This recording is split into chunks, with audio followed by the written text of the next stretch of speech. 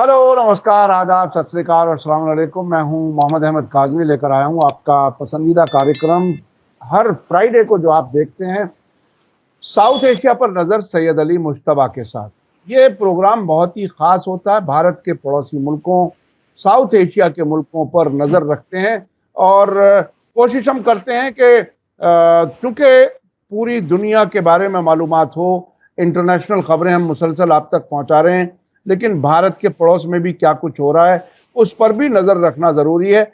जब हम पड़ोसी मुल्कों पर नज़र रखते हैं तो अपने मुल्क के बारे में भी मालूमात और ज़्यादा बेहतर हो जाती है और पुख्तगी आ जाती है। आज जो हम बात कर रहे हैं सैयद अली मुश्तबा साहब के साथ, सैयद अली मुश्तबा साहब चेन्नई में रहते हैं, साउथ एशिया के मुल्कों पर ख़ास नज़र रखते हैं, कई मीडिया ऑर्गेनाइजेशंस के लिए काम करते हैं, साथ साथ एमजीआर यूनिवर्सिटी चेन्नई में पॉलिटिकल साइंस पढ़ाते हैं और हमारे लिए वक्त निकाल लेते हैं हर फ्राइडे।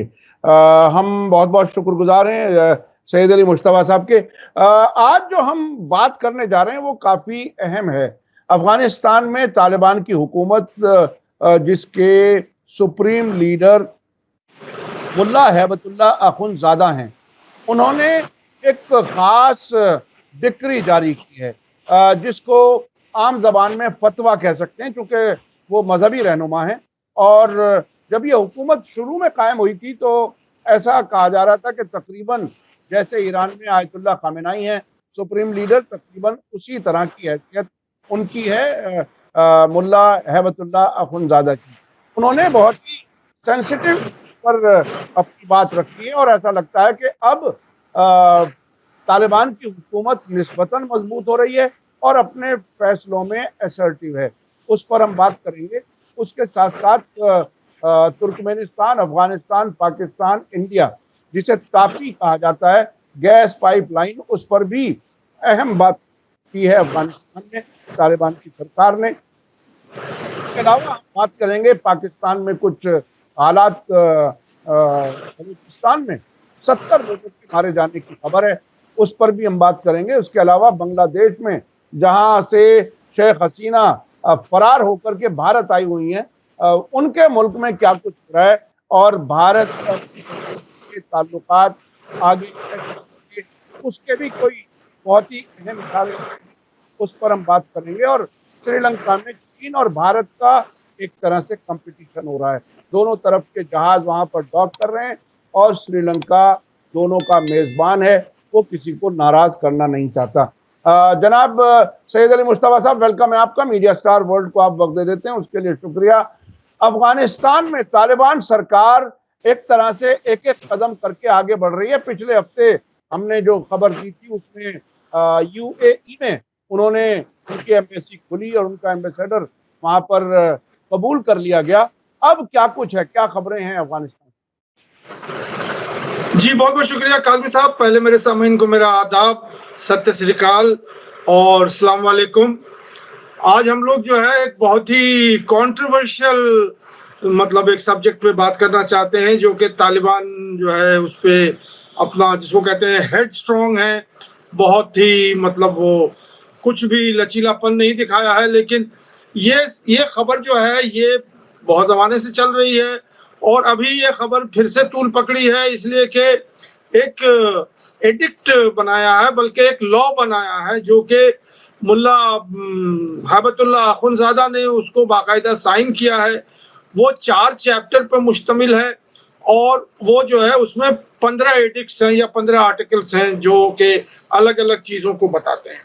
बल इसको समझने से पहले हमें ये समझना पड़ेगा कि अफगानिस्तान ने जो है वो मिनिस्ट्री ऑफ वुमेन को हटा दिया है। अब वहाँ कोई मिनिस्ट्री ऑफ वुमेन नहीं है, जो मतलब औरतों के माहौल। उस मिनिस्ट्री का नाम उन्होंने रख दिया है promotion of virtue and prevention of vice. अब इसका फारसी जो भी नाम हो, लेकिन ये है कि अंग्रेजी में यही ट्रांसलेट होता है, ministry of promotion of virtue and prevention of vice. तो ये जो है ज्यादातर औरतों से मतलब रिलेटेड मैटर डील करता है। औरतों के मिनिस्ट्री ऑफ वुमेन को जो है उन्होंने हटा दिया है। तो अब इसमें यह हुआ है कि ये चीजें जो है वो शरिया लॉ जो शुरू से उन्होंने पकड़े हुए हैं कि हम ये शरिया लॉ इम्प्लीमेंट करेंगे और ये करेंगे, उसी के हवाले से इन्होंने जो अब उसको कोडिफाई कर दिया है। कोडिफाई करने का मतलब है कि उसको बाकायदा कलम से लिख दिया है कि ये चीजें होंगी, और उसको जो है बाकायदा उन्होंने चैप्टर बना दिए हैं और 4 चैप्टर में 15 एडिक्ट करके उसको सामने रखे। अब इसके अंदर क्या है पहले तो ये समझ लें।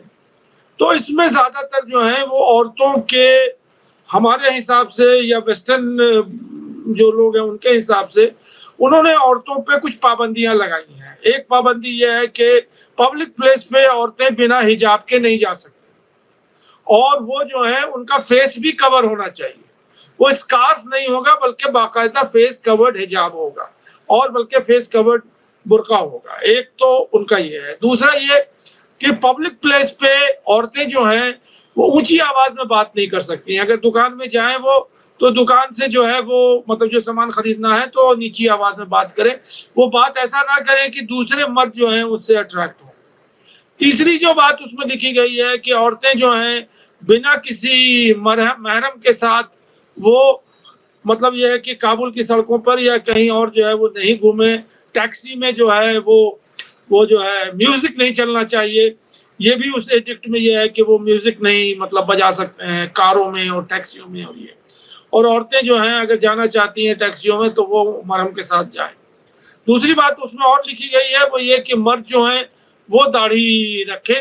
अब वो दाढ़ी का जो है लेंथ तो उन्होंने नहीं डिफाइन किया है, लेकिन उन्होंने कहा कि आप जो है इसको दाढ़ी रखें। और उसके बाद उन्होंने कुछ मीडिया के लिए भी जो है मतलब डूज एंड डोंट्स बताए हैं। तो ये एडिक्ट जो है ये उन्होंने बाकायदा साइन कर दिया है। अब इसके बरखिलाफ जो है वो यूनाइटेड नेशन और वेस्टर्न ममालिक के बहुत से लोग और बहुत से अखबार और जो मीडिया जो हैं और सोशल मीडिया है वो इसके खिलाफ जो है एक अपनी आवाज उठा रहे हैं कि ये तो बिल्कुल जहालत है, ये तो बर्बरियत है, ये तो बिल्कुल मतलब अंधविश्वास है। और आज जो है हम 2024 में 21st सेंचुरी में हम लोग रह रहे हैं, और ये तालिबान जो है औरतों को जो है वो तो बिल्कुल मेडिवल एजेस में जा चुके हैं। तो ये बातें जो है अभी ये जो promotion of virtue and prevention of vice, तकरीबन उसका एक अरबी का एक पूरा एक वो है सेंटेंस है जिसका ट्रांसलेशन ये होता है कि बुराइयों से दूर रखना और अच्छाइयों की तरफ लोगों को इनवाइट करना। ये एक तरह से मजहब इस्लाम का एक हिस्सा माना जाता है कि बुराइयों से लोगों को बचाना चाहिए। तो तकरीबन उसी का ट्रांसलेशन है जो ये मिनिस्ट्री का नाम जो आपने बताया। जी आप अपनी बात आगे जारी रखें। नहीं, अब इसमें जो है वो आ गए हैं आमिर खान मुत्तकी, जो कि फॉरेन अफेयर्स स्पोक्समैन हैं तालिबान के। उन्होंने डिफेंड किया है ये जो एडिक्ट्स पास हुए हैं मतलब ministry of prevention of vice and promotion of virtue में। उनका इन्होंने कहा है कि जो फॉरेन कंट्रीज के लोग हैं और वेस्टर्न कंट्रीज के लोग हैं उन्हें इस्लामिक लॉ और इस्लामिक माशरे और इस्लामिक शरिया का कोई इल्म नहीं है। वो जैसा उनके यहाँ समाज है उसी समाज को वो चाहते हैं कि अफगानिस्तान में रिफ्लेक्ट करे, जो कि हम लोग उसको रेजिस्ट कर रहे हैं। हम लोग जो है चाहते हैं कि हम शरिया लॉ पे चलें। तो एक बात तो उन्होंने ये कही। दूसरी बात जो है वो अभी इस मामले में उन्होंने कहा कि ये जो एडिक्ट है और ये जो लॉ है जो अभी पास हुआ है इसको हम बिल्कुल मतलब इम्प्लीमेंट मतलब फोर्सफुली इम्प्लीमेंट नहीं करेंगे। ये उन्होंने लचक दिखाई है। उन्होंने कहा कि ये किताबों में तो चली गई है और एडिक्ट तो बन गया है, लेकिन इसको हम जो है बिल्कुल समझ लीजिए कि तलवार की नोक पर या बंदूक की नोक पर हम इम्प्लीमेंट नहीं कराएंगे और इस पे हम लोग बहुत लीनियंसी बरतेंगे। लेकिन ये एक फ्रेमवर्क है, इस फ्रेमवर्क को हम लेके चलना चाहते हैं। उसके बाद उन्होंने बहुत सारी चीजें गिनवाई हैं जो कि प्रिवेंशन ऑफ वाइस के लिए उन्होंने कहा कि क्या क्या हमने प्रिवेंट किया है, जो कि वेस्टर्न ममालिक को मालूम नहीं है कि वहां अफगानिस्तान के माशरे में क्या हो रहा है। उन्होंने कहा 300 औरतें जो कि बिक गई थी ट्राइबल कॉन्फ्लिक्ट में, और एक ट्राइबल है और दूसरे कॉन्फ्लिक्ट में ये हुआ कि आप इतनी औरतें हमें बेच दो, उनको हमने आजाद करवाया। तो उन्होंने कहा कि ये चीजें जो है वेस्टर्न ममालिक में नहीं होती हैं लेकिन अफगानिस्तान में हो रही है। तो हमने जो प्रिवेंशन ऑफ वाइस है वो इस तरह से हम इसको कंट्रोल कर रहे हैं। दूसरा उन्होंने कहा कि बहुत सारी औरतें जो हैं वो मतलब ये है कि अकेली हैं, उनका ना कोई हमदर्द नहीं है, कोई उनका साया नहीं है, कोई मर्द नहीं है, कोई ये नहीं है। तो वो स्टेट उनका प्रोटेक्शन करती है। उनको जो है स्टेट प्रोटेक्शन देती है ताकि कोई उनके ऊपर कोई अत्याचार ना करे। तीसरी बात उन्होंने कही कि औरतों के जो इनहेरिटेंस राइट है वो हम दिलवा रहे हैं। और उन्होंने बाकायदा गिनवाया है कि कितने हमने मतलब ऐसे केस से रिजॉल्व किए हैं। तो इस तरह से उन्होंने बहुत सारे मतलब वर्चूज के बारे में गिनाया है कि ये चीजें हैं।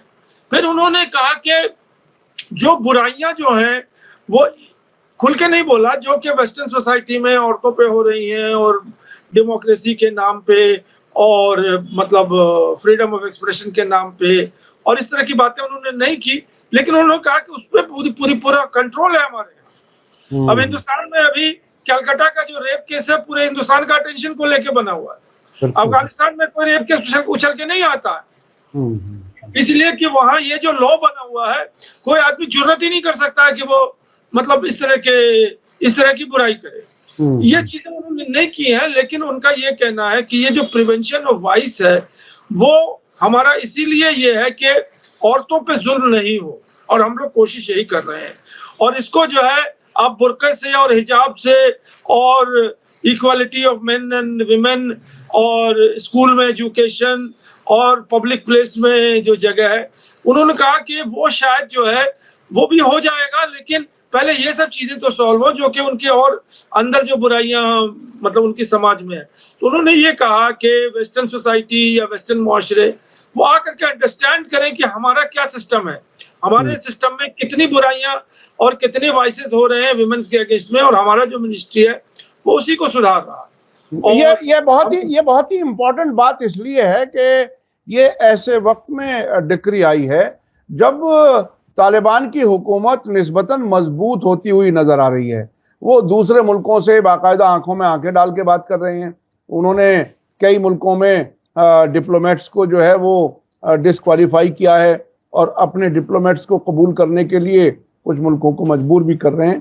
तो ऐसे वक्त में ये बहुत बड़ी बात है। हालांकि समझाया जा रहा था कि शायद तालिबान की हुकूमत इस किस्म का कोई सख्त रवैया अख्तियार नहीं करेगी। अच्छा, अब मैं चलना चाहता हूं गैस पाइपलाइन की तरफ। तापी जिसका नाम बताया जाता है, तुर्कमेनिस्तान, अफगानिस्तान, पाकिस्तान, इंडिया, क्या वाकई इसका कोई फ्यूचर है? अफगानिस्तान से क्या बात कही जा रही है इसके बारे में? देखिए, अब उसमें जो है वो मतलब ज़बीउल्लाह मुजाहिद साहब ने जो है, जो वहाँ के स्पोक्समैन हैं, उन्होंने इसका बयान दिया है कि अब हम लोग जो है वो टापी को इम्प्लीमेंट कर रहे हैं। तुर्कमेनिस्तान का जो गैस लाइन है वो बन के तैयार हो चुका है। वो करीब करीब 400 किलोमीटर का गैस पाइपलाइन है। टोटल जो पाइपलाइन है जो इंडिया तक आएगा वो 1800 किलोमीटर का है। और उसके बाद जो है वो तुर्कमेनिस्तान का जो पोर्शन है वो बन के तैयार है। ये 2018 से ही बात चल रही थी और बहुत पहले से चल रही है, आज नहीं, मतलब उसको 2500 साल हो गए हैं। लेकिन जो लास्ट बातचीत हुई थी वो 2018 में हुई थी, और उसके बाद से फिर इंडिया पाकिस्तान के जो झगड़े हैं और अफगानिस्तान और पाकिस्तान के जो झगड़े हैं, तो इस वजह से ये कहीं खटाई में चली गई थी। लेकिन अभी जो है वो ज़बीउल्लाह मुजाहिद साहब ने कहा है कि हमारी गवर्नमेंट जो है वो इसको बनाने के लिए और उसको आगे बढ़ाने के लिए वो अफगानिस्तान का जो पोर्शन है वहां तक वो तैयार है, और उसके लिए उनको तुर्कमेनिस्तान हेल्प कर रहा है वो पाइपलाइन को अफगानिस्तान में लाने के लिए। तो अफगानिस्तान तक तो वो कह रहे हैं कि अफगानिस्तान तक तो आ जाएगा। जब अफगानिस्तान आ जाएगा तो फिर तुर्कमेनिस्तान का जो गैस है वो अफगानिस्तान में आ जाएगा, और फिर उसका डिस्ट्रीब्यूशन वगैरह वो सब तो संधि हो चुकी है।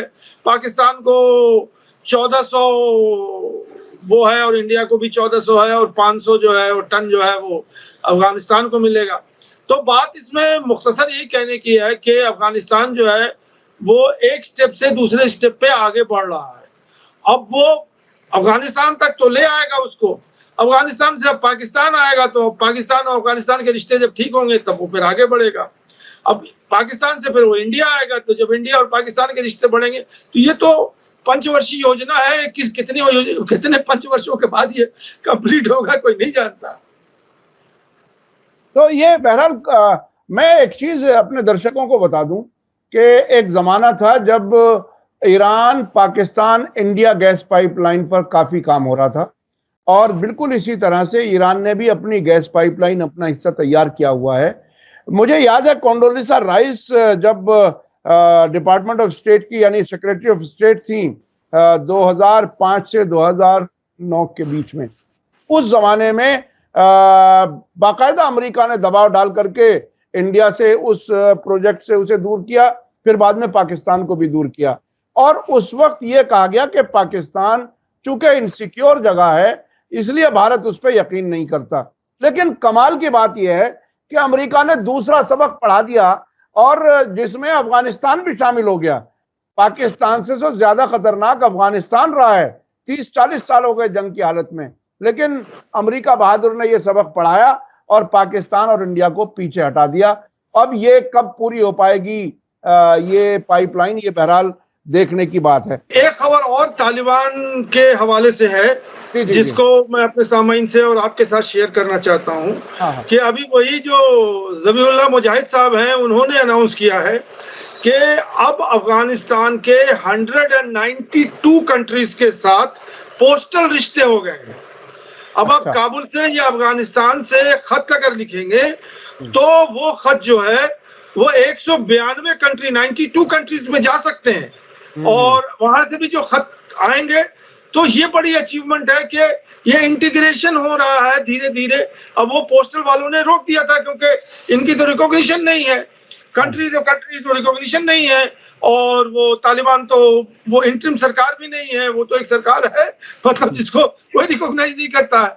लेकिन अभी एक बड़ा अचीवमेंट इन्होंने ये किया है कि डाकखाने का जो है अब वो डाकखाने खुल रहे हैं वो पूरे अफगानिस्तान में और वो डाकखाने प्रोविंशियल भी मतलब लेवल पे हो रहे हैं ताकि विद इन द इंटरनल जो उनका जैसे हम लोगों का पोस्ट एंड टेलीग्राफ जो डिपार्टमेंट है वो वही डिपार्टमेंट वहां का है। तो उन्होंने अब ये भी एक और चीज कही है कि अब हवाई जहाज से या एरोप्लेन से जो है खत जाएंगे। अब वो खत जो है वो शिप से नहीं जाएंगे बल्कि वो जो है वो जल्दी से वो जब उन्होंने अमेरिका में लिखना है या कहीं भी लिखना है तो उनकी एक अलग जो है एक इंटरनेशनल लेवल की कोई ऑर्गेनाइजेशन है जिनके साथ तालिबान सरकार की संधि हो गई है और उन्होंने कहा कि 192 कंट्रीज में हम यहाँ से खत भेज सकते हैं। ये बड़ी खबर है, भेज सकते हैं, रिसीव कर सकते हैं। जी जी, जी। ये बहरहाल एक बड़ी बात है। ऐसी हुकूमत जिसको कोई अप्रूव करने के लिए तैयार नहीं, वो स्टेप बाय स्टेप बहरहाल अपनी तरक्की के रास्ते की तरफ जा रही है। अच्छा, पाकिस्तान में बलूचिस्तान से बड़ी खबर है, क्या कुछ है? ये इतना अचानक कैसे हो गया कि 70 लोग मारे गए? क्या कुछ है? ये बलूचिस्तान वाला मामला क्या है? ये एक बहुत अहम खबर है, बल्कि सबसे अहम खबर यही है अभी पाकिस्तान के हवाले से कि वहां पे जो बलूचिस्तान लिबरेशन आर्मी बना हुआ है, जिसको अगर हम अपने सामाइन को समझाना चाहते हैं तो ये जैसे खालिस्तान वाला मैटर है वो सेम टू सेम बलूचिस्तान वाला मैटर है। और जैसे एलटीटी का मैटर था या इस तरह की चीजें हैं, ये बाकायदा एक टेररिस्ट संगठन है जो कि अपने आप को बलूचिस्तान लिबरेशन करना चाहते हैं। वो चाहते हैं कि पाकिस्तान से अलग करके हम अलग कंट्री बना लें। और ये जो उनकी मतलब मांग है ये बहुत पुरानी मांग है, ये नई मांग नहीं है। उनका ये कहना है कि सारे जो बहुत सारे उनके यहाँ जो खदान है या उनके यहाँ जो मतलब मिनरल रिसोर्सेज है वो सब बलूचिस्तान में है और पाकिस्तान उसको नेशनलाइज किए हुए। वो कहती है कि ये जो मिनरल रिसोर्सेज है ये पाकिस्तान के एसेट्स है। बलूचिस्तान वाले कहते हैं कि नहीं ये हमारे अपने एसेट्स है, इसी का झगड़ा है वो। और ये चाहते हैं कि हम जो है चाइना का जो है बहुत बड़े बड़े प्रोजेक्ट वहां लगे हुए हैं, उनके पीछे जो है ये बलूचिस्तान जो लिबरेशन आर्मी है वो लगे हुए हैं और चाइनीज की जो मतलब किलिंग होती है या उनका अब्डक्शन होता है या उनको मार दिया जाता है तो यही लोग करते हैं। अब खबर पे आई है, वो खबर ये है कि coordinated attack Balochistan liberation army ने किया था और ये एक जगह नहीं हुआ बल्कि 12 या 14 स्पॉट पे हुआ। इस पे हाईवे पे, रेलवे लाइन पे और पुलिस जो चौकी होती है उसके ऊपर, जो भी गवर्नमेंट एस्टैब्लिशमेंट्स हैं उनके ऊपर इन्होंने कंसंट्रेटेड अटैक किया है एक साथ मिलके। तो जो सिक्योरिटी फोर्सेस हैं पाकिस्तान की वो बिल्कुल मतलब हिल गई है, क्योंकि वो ये नहीं देख सकते थे कि ये हमला जो है वो एक साथ इतनी जगहों पे होगा। और पहले तो कोई 30 या 35 का फिगर था, फिर 45 का फिगर हो गया, फिर कुछ कह रहे थे कि 50 से ऊपर हो गया। अब रॉयटर्स ने जो है 70 का फिगर दिया हुआ है, और ये एक बहुत बड़ा फिगर होता है। और इसके ऊपर जो है जो रिएक्शन आया है वो शहबाज शरीफ का कि हम नहीं छोड़ेंगे। और अब वो जो, अब ये मैं आपको बता दूं, ये पुरानी बात मैं बताता हूं मैं आपको कि जनरल परवेज मुशर्रफ ने वहां जो उनके जो चीफ थे, मतलब बलूचिस्तान के बुख्ती साहब, वो बुख्ती जो थे वो केवरिज के पढ़े हुए थे, बड़ा फर्राटेदार उर्दू बोलते थे और अंग्रेजी बोलते थे, और वो मतलब वेस्टर्न मीडिया से बहुत क्लोज थे। उनको उन्होंने जा करके मुशर्रफ ने उनको किल कर दिया।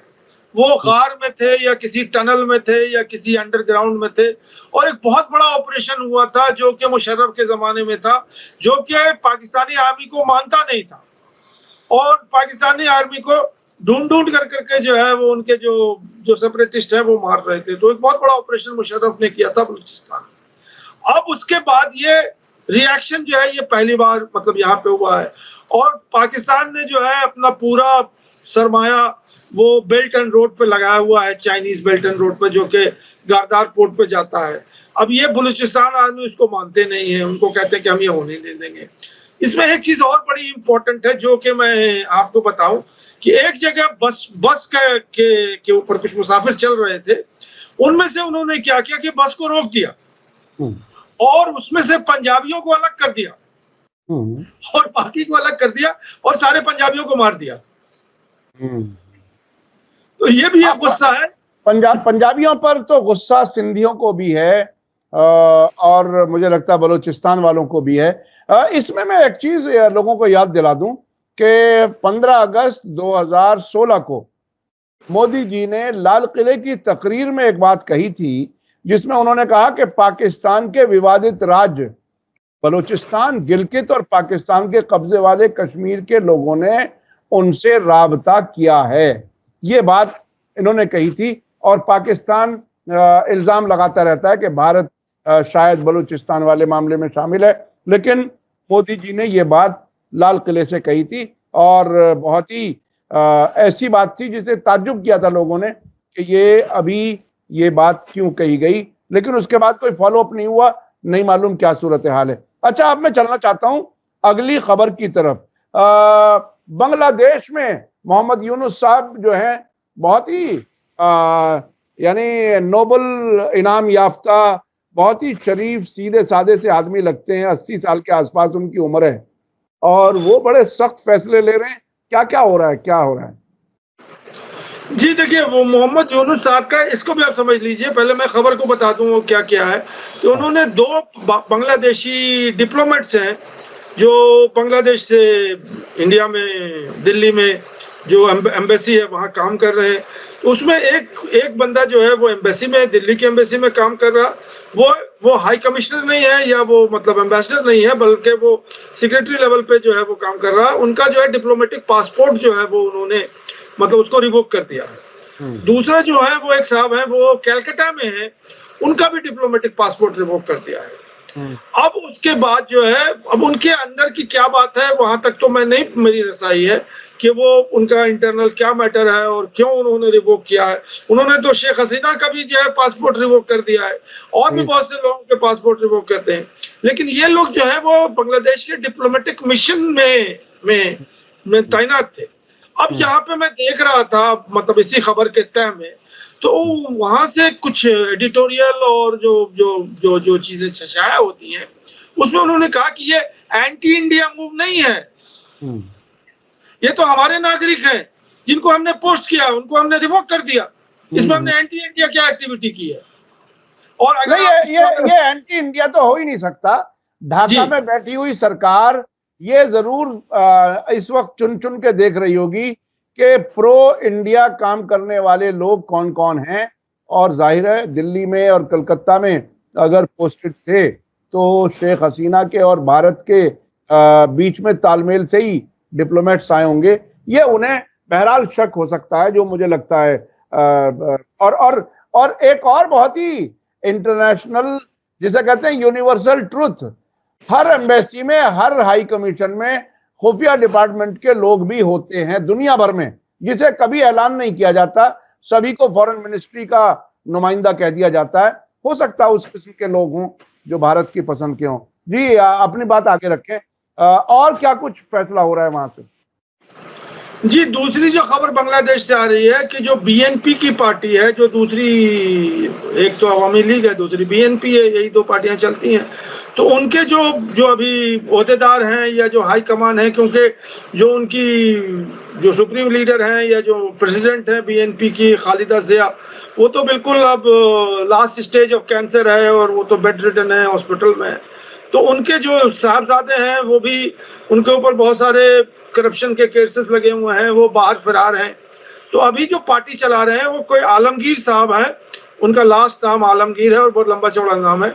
उनका बयान आया है कि वो वो वो वो वो डिमांड कर रहे हैं कि शेख हसीना वाजिद ने और इंडिया ने जितनी भी संधियां की हैं उन सबको रद्द कर दिया जाए।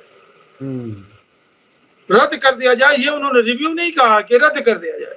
तो ये तो एक पार्टी है जो कि अभी मतलब इलेक्शन होगा, अगर वो पावर में आएंगे तो मतलब उसके बाद वो कहानी होगी। लेकिन ये डिमांड अब शुरू हो रही है वहां पे, और हो सकता है कि बीएनपी ही आ जाए वहां पावर में। और जब बीएनपी नहीं, इसमें एक चीज और बहुत ही इंटरेस्टिंग है। जब ये शेख हसीना दिल्ली आ गई और ये एक तरह से जो केयर टेकर किस्म की सरकार बनी, उसके बाद खालिदा जिया को हाउस अरेस्ट से आजाद कर दिया गया। इसका मतलब ये हुआ कि खालिदा जिया के किसी हद तक या तो वो नजदीक हैं या कम से कम उन्हें मजलूम जरूर समझते थे। तो उनकी ये डिमांड अगर है तो कुछ ना कुछ अंडरस्टैंडिंग इन स्टूडेंट्स लीडर्स में और बीएनपी के बीच में हो सकती है। ये आने वाला वक्त बताएगा। अभी स्पेकुलेट ही किया जा सकता है कि क्या कुछ होगा। बहरहाल ये एक हकीकत है, जोग्राफियाई हकीकत है कि बांग्लादेश के 3 तरफ भारत है और भारत से नाराजगी रख करके, दुश्मनी रख करके शायद बांग्लादेश के लिए मुश्किलात बढ़ सकती हैं, लेकिन वो पूरी तरह से सरेंडर भी नहीं रहना चाहते, शायद ऐसे इशारे हैं। जी अपनी बात जारी रखें। यो रिवर के सिलसिले बांग्लादेश से और हैं। एक तो ये कि अभी यूनुस जो सरकार है, इंटरिम सरकार, इन्होंने जमायत इस्लामी पे और उनका जो स्टूडेंट विंग है, छात्र कुछ करके है, वो मुश्किल बंगाली लैंग्वेज है जो हमारे दिमाग में नहीं घुस पा रहा है, उसको उन्होंने मतलब आजाद कर दिया। उनके ऊपर जो पाबंदी शेख हसीना वाजिद ने लगाई थी वो अब खत्म हो गई है और उनको फ्री कर दिया है। और बहुत सारे उनके लीडरान वगैरह हैं, जिसमें अभी इंडिया में एक मीडिया में आई थी कि कोई अलकायदा का लीडर है और कोई कहाँ का लीडर है, उसको भी छोड़ दिया उन्होंने। लेकिन बहरहाल वो जमायत इस्लामी का लीडर होगा, उसको जो है वो उन्होंने उसके ऊपर जो पाबंदियां थी या उसको बैन जो था वो खत्म कर दिया। तो तीसरी बहुत अहम खबर है कि वहां की एक एडवाइजर आई हुई है जो कि वाटर रिसोर्सेज और फॉरेस्ट रिसोर्सेज और लैंड रिसोर्सेज और इन्वायरमेंटल, उनका नाम है सैयदा फरजाना रिजवाना हसन। रिजवाना, हाँ, सैयद रिजवाना हसन। सैयद रिजवाना हसन तो ये आजकल बड़ी एक्टिव हो गई है बांग्लादेश में। अभी तो इन्हीं का नाम चल रहा है वहां पे। और इनकी जो स्टेटस है वो ये एडवाइजर है यूनुस साहब की। इनका ये कहना है कि जो अभी बांग्लादेश में फ्लड्स आया है वो इंडिया की वजह से आया है। और उनका कहना है कि जो त्रिपुरा में जो फ्लड्स का जो गेट्स लगा हुआ है उसको इंडिया ने उठा दिया और त्रिपुरा के को फ्लड होने से बचने के लिए उन्होंने सारे पानी जो है वो छोड़ दिए, मतलब बांग्लादेश। और बांग्लादेश में बहुत बेतरह से फ्लड आया है। तो इसके ऊपर जो है काफी इंडिया में और डिप्लोमेटिक ये हुआ। तो जो हमारे डिप्लोमेट हैं ढाका में, उन्होंने जाकर करके बाकायदा यूनुस साहब से भी बात की और ये रिजवाना मैडम से भी बात की और अपनी क्लैरिफिकेशन दी कि हमने कोई खोला नहीं है और वो ऑटोमेटिक उसका गेट है, वो ऑटोमेटिक अपने आप ही खुल जाता है। तो ये सफाई वहां हो गई है। लेकिन बांग्लादेश में जो है, क्योंकि फिजा जो है वो एंटी इंडिया चल रही है, तो अब उसके हवाले से उन्होंने, जो रिजवाना है वहां पे, उन्होंने कहा कि इंडिया और बांग्लादेश का जो वाटर शेयरिंग का और वाटर डिस्प्यूट का मामला है वो सिर्फ 8 रिवर पे ही संधि हो पाई है, या 8 रिवर पे का ही डिस्कशन हुआ। संधि तो कितने की हुई है वो नहीं जानते, लेकिन डिस्कशन हुआ। और ऐसे 100 रिवर्स हैं जो कि इंडिया से बांग्लादेश में जाते हैं।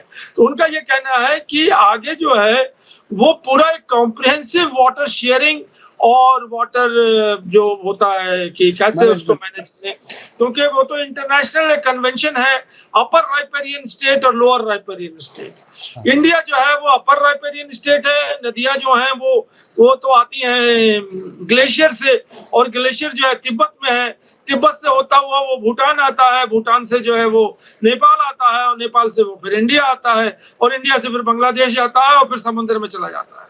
तो ये एक बहुत बड़ा मतलब मसला है बिटवीन बांग्लादेश एंड जो इंडिया का जो नॉर्थ ईस्टर्न रीजन है या ईस्टर्न रीजन कह लीजिए।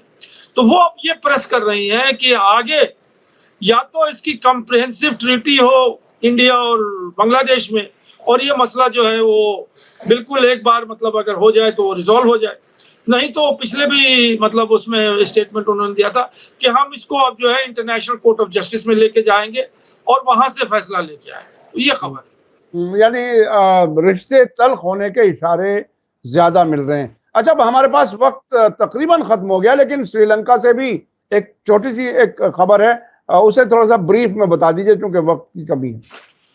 नहीं, ये बहुत छोटी खबर है। इंडिया का एक वॉरशिप है जिसका नाम है INS मुंबई, जो कि अब यहाँ से मतलब इंडिया से हट के मतलब चल के अब वो कोलंबो में जाके डॉक हो गया है, और वो डॉक हुआ है तो मतलब बांग्लादेश के श्रीलंका के हामी से ही हुआ है, और इंडिया ने जाके वो अपनी वॉरशिप वहां लगा दी है।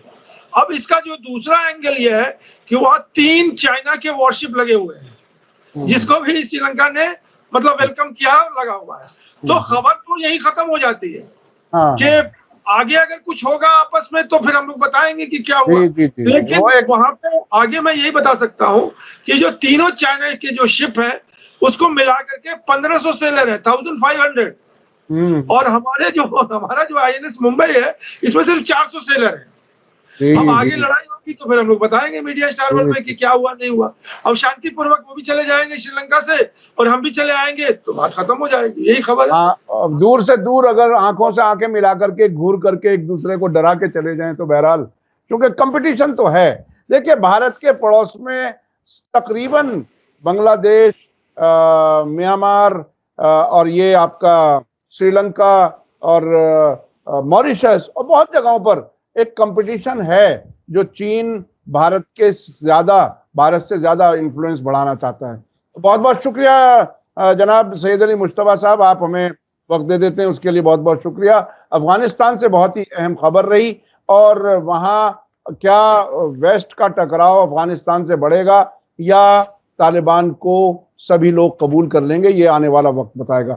बहुत बहुत शुक्रिया। इसी के साथ मुझे दीजिए इजाजत। धन्यवाद, शुक्रिया। जय भारत, जय। मीडिया स्टार वर्ल्ड के और वीडियो देखने के लिए हमारे चैनल को सब्सक्राइब करें और सीधे नोटिफिकेशन पाने के लिए बेल आइकन दबाएं। और अगर हमारी खबर सच्ची और अच्छी लगे तो अपने WhatsApp, Instagram, Facebook और Twitter अकाउंट पर जरूर शेयर करें।